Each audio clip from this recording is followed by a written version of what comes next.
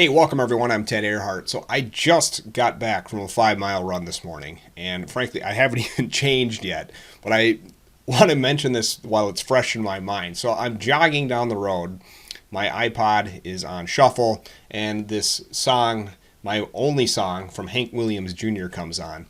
And there is a line in there that almost knocked me off the road, even though I've heard this song probably 100 times.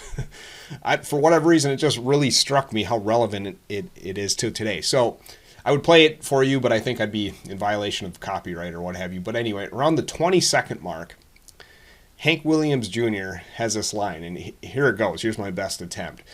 The interest rate is up and the stock market's down. You only get mugged if you go downtown. And I just, for whatever reason, I just was like, oh my God, that is so relevant to today. The entire line is. Now, I just want to focus on the front part of it with respect to the relationship between interest rates and stocks.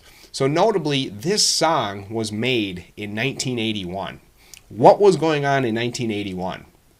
We're right in the midst of, we had huge, really high inflation. Although today is bad, it wasn't, nearly as bad as it was at that point in time. And the Federal Reserve, under the leadership of Paul Volcker, was raising interest rates to try to just wring this inflation out.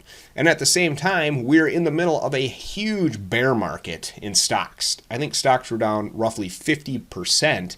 Peak to trough in the early 1980s as the Fed ratcheted rates all the way up to I think the 10-year U.S. government bond briefly hit 15%. I think short-term rates were even higher than that for a real brief period of time. And my point is, so Hank Williams Jr. writes this song right in that time frame.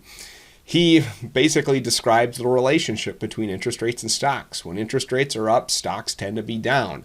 And I've done a bunch of videos on this, more technical. I will link to those. If you're watching on YouTube, I'll try to link to those up here. If you're on Facebook or LinkedIn, I'll try to put those in the comments section or in the description. But nonetheless, I don't want to go too deep, but basically, at some point when interest rates rise, stocks tend to get weak. And in an extreme example like the 1980s, you can think about this. Imagine being able right now, or just tomorrow even, to go out and get a 15% guaranteed rate of return on like a U.S. government bond. Well, that was literally the situation in the early 1980s.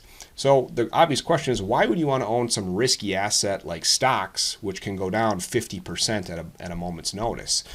And that is one of the principal reasons that as interest rates rise, the demand for stocks goes down because the opportunity set isn't as attractive. But there's other reasons, of course, and like I said, check out those other videos if you're interested in those.